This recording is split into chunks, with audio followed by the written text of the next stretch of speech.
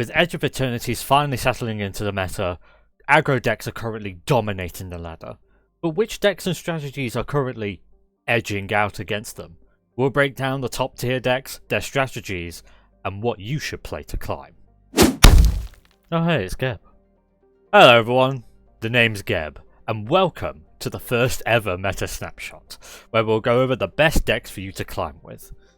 As this is the first snapshot, let me go over briefly what this is all about and some caveats to the data that I've been using to make sure that this is accurate for you guys. First off, we'll be breaking it down into 4 different sections, that being aggro, midrange, control, and then wildcard strategies such as Lifegain strategies, landfall, and mill. Each section will feature a deck, and that deck we will go over their key cards and what they're hoping to achieve, what their goals are, what they are great against, and what they fold to. Keep in mind that this data is only from ranks Platinum to Mythic, that it's only within the last week as well. This is to make sure that I give you the most up-to-date data possible, and that your individual queue will be different to what these stats are. These are stats globally. You may run, it might be aggro dominated, but you may run into a stint of control decks back to back.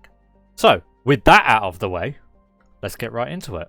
First off, we begin with aggro, which, as mentioned at the beginning of the video, aggro is currently dominating the meta, with all different types of aggro decks taking up about 40% of all decks which are above 53% win rate. And what is the deck leading that charge? Why, none other than Boros Burn, with a beefy 56.8% win rate over 18,000 matches. That's all the variants for Boros Burn. I do realize it says 6,300 here. The goal of this deck is to basically win the game as fast as possible, usually by turns 4 or 5, and it is achieved by that through haste creatures and burn. It does this through cards like Boros Charm, which reads, choose one, deal 4 damage to a target player or planeswalker, permanents you control gain indestructible at the end of the turn, and target creature gains double strike until the end of the turn. And then Lightning Helix, which is a deal 3 damage and gain 3 life. This gives quite a lot of flexibility when it comes to the burn package for Boros Burn, and it also allows some sustaining power against the aggro mirror matchups, which is why Boros Burn is edging out slightly against this already aggro dominant meta. In terms of the creature cards, they have, like I said, they do rely very heavily on haste-like creatures, such as Emberheart Challenger, which has haste and prowess, which is a 2/2 body for 2 mana. It's very efficient at what it does, especially with the burn package enabled. And then lastly, we have Slickshot Show-Off, which is a flying haste creature, which does pretty much the same thing as Emberheart Challenger, but it also has the plot payoff as well. Even against aggro's main rival, in my opinion, which is mono white Lifegain, or other Lifegain strategies, it even comes with Screaming Nemesis, which, if Screaming Nemesis, as you can see, is dealt damage in any way, shape or form, that player can no longer gain life, which basically shuts down the strategy. This deck punishes all of the slower decks out in the meta at the moment. However, it still folds to mono white Lifegain decks with and decks with sweepers, such as Azorius Control, which we'll get a little bit later on in the video, if the deck is too slow with either bad mulligans or bad piloting. Next up is midrange, which has been doing relatively well in the meta, all things considered. Midrange decks generally tend to represent about 30% of the meta at the moment. The deck which I think is currently leading the midrange deck type is Jeskai Artifacts, with a rather healthy but slightly lower 54.8% win rate across 33,000 matches. This deck is, whilst Boros Burn is generally better at closing out the games, at winning the games, Jeskai Artifacts is currently leading in terms of popularity in terms of these decks. The deck's goal itself is to stabilize with removal and then outvalue with a wider range of different artifacts. These artifacts can range from the removal kind of artifacts, such as spring-loaded saw blades, which deals 5 damage to a tapped creature. So say if the aggro opponent goes in, attacks, they can do spring-loaded saw blades as a flash, instantly get rid of it. Even before it attacks, I believe. And then for go wide decks, or for decks which flood the board with creatures, it also has the backup for Pinnacle Starcade as well, which exiles everything with mana value 2 or less. Really, really good against aggro decks here. And obviously these two together, along with Perilous Snare, which is a single target, just exile something off the board, it makes for a very premium removal package for this deck. Then, once it's done all of its removal and it's slowed down the deck enough, the opponent enough, I should say, it then finishes out with Simulacrum Synthesizer, which is it reads, when Simulacrum Synthesizer enters the battlefield, scry 2, so it has a little bit of card cycling there, and whenever another artifact with mana value 3 or greater enters the battlefield, which for this purpose is Pinnacle Starcade, Perilous Snare, Braided Net, Repurposing Bay, Fire Crystal, right? It then creates a construct artifact which gains +1/+1 for each artifact you control.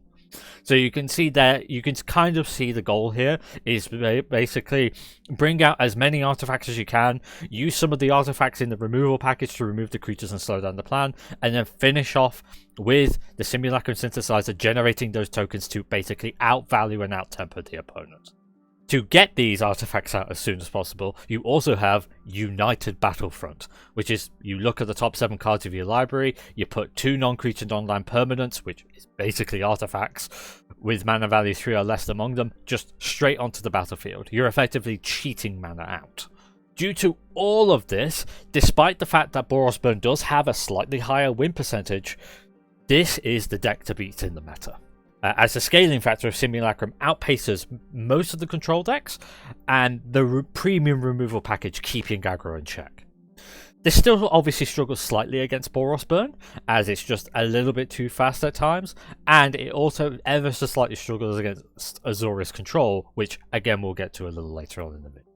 Speaking of Azorius Control, this is the deck I'm highlighting for Control. Control in general is a little underrepresented and is struggling in the meta slightly, with only around a 20% representation amongst all the decks, partly due to players wanting faster games, but also because of the aggro dominance, which has pushed the win rates of Control decks down across the board. The only exception to this is Azorius Control, which is currently sitting at 53.4% win rate, slightly less amount of games played.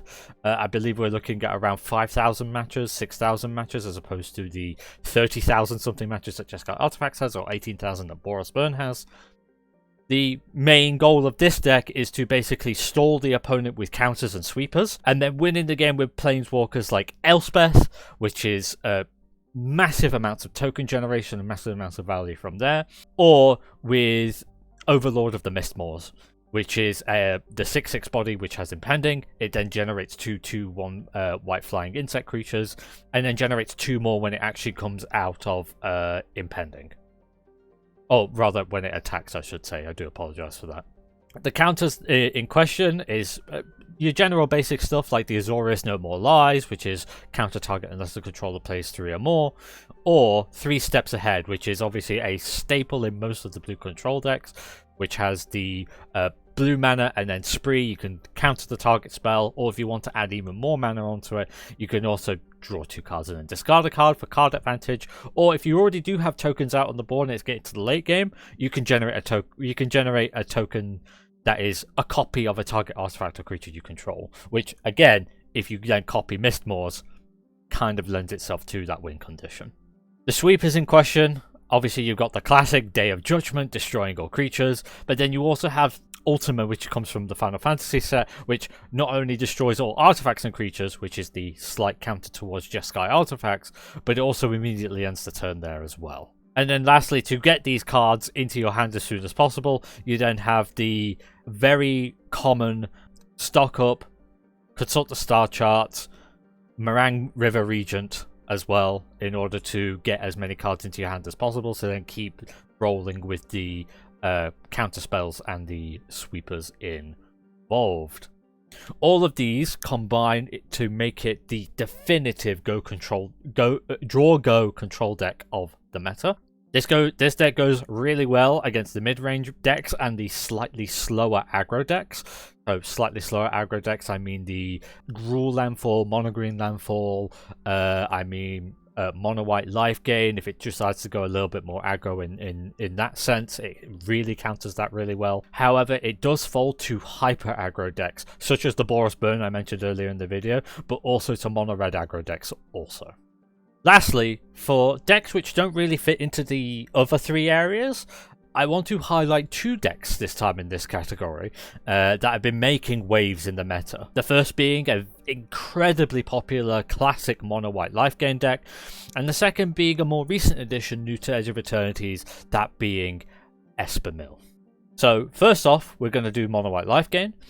This is a meta-dependent deck that absolutely crushes aggro decks, even in spite of Screaming Nemesis that I mentioned earlier. It triggers incremental life gain and then snowballs tempo with cards like Ajani Pridemate, which gains +1/+1 whenever you gain life, or Essence Channeler, which is basically a suited up version of Ajani Pridemate, which is it gains +1/+1, but if it dies, mind you, it's not exiled, but if it dies, you can just transfer the tokens over, transfer the counters over to another creature, which is very, very efficient for what it does. It then also backs that up with a little bit of disruption. Sheltered by Ghosts, not only does it exile a target permanent that the opponent controls, but it also gives the enchanted creature +1 and lifelink and ward 2, all for 2 mana. Again, a very, very efficient card for what it does. Slows down the opponent, keeps speeding up, protects your most important cards. What more can you ask for? And then as a backup to that, you also have the classic Banishing of Light, which is just the enchantment version of Sheltered by Ghosts. However, it doesn't give that extra protection towards creatures. This is sort of like a weaker card that's in the deck. It can be replaced by other cards like, say, Authority of the Consuls if you're going against a lot of hyper aggro, or perhaps more Exemplars of Light for additional card draw. All of this makes for a flexible deck which can range between tempo, which is basically flooding the board with creatures, getting out as many tokens out as possible, to more mid-range where you rely a bit more on Sheltered on Ghost to slow down the opponent, and then you finish off with say Ajani's Pridemate Linden combo to then attack, gain a bunch of life tokens, and then defeat the opponent that way.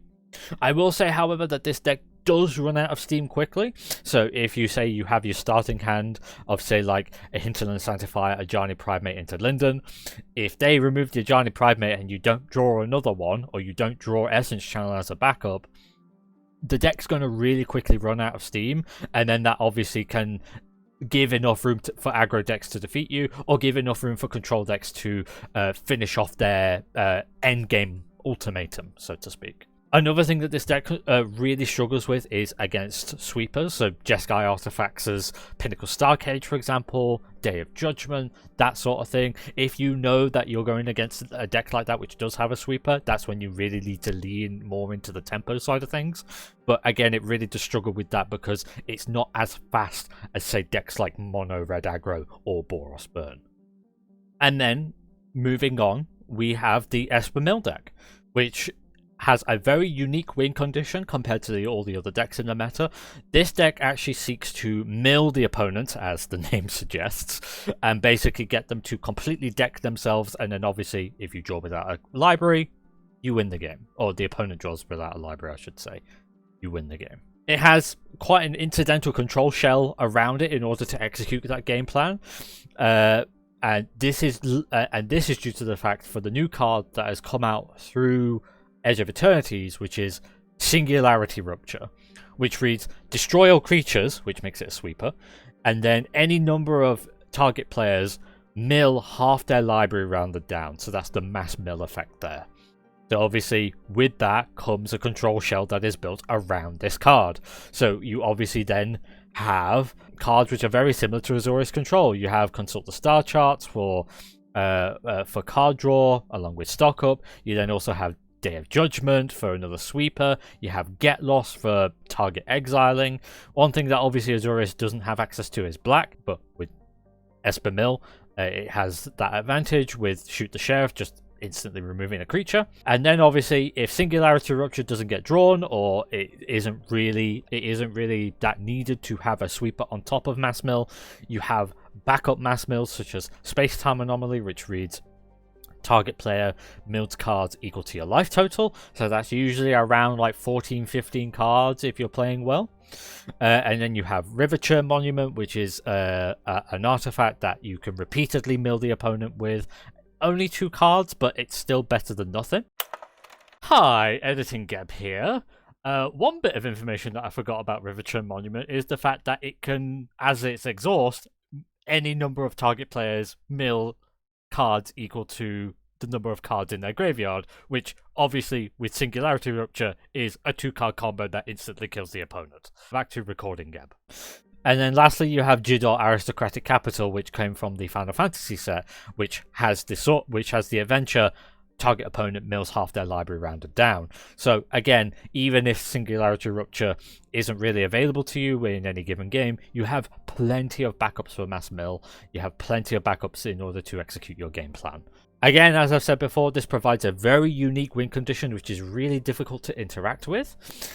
And because of this preys on decks such as grindy mid-range decks, like Jeskai Artifacts I've mentioned before, and other control decks such as the Azorius Control.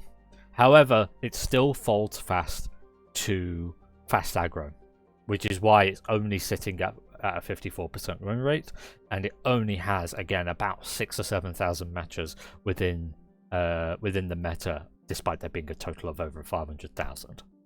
And that just about wraps it for the snapshot. Let me know what decks you've been playing on the ladder in the comments below, or better yet, recommend me some decks to go even further in depth into. I put a lot of research and effort into this video, and I will continue to do so in later videos. So if you do like what you have seen, please do feel free to leave a like and subscribe. It really does mean a lot to me. Other than that, have a wonderful day, and I'll see you all next time. Bye bye.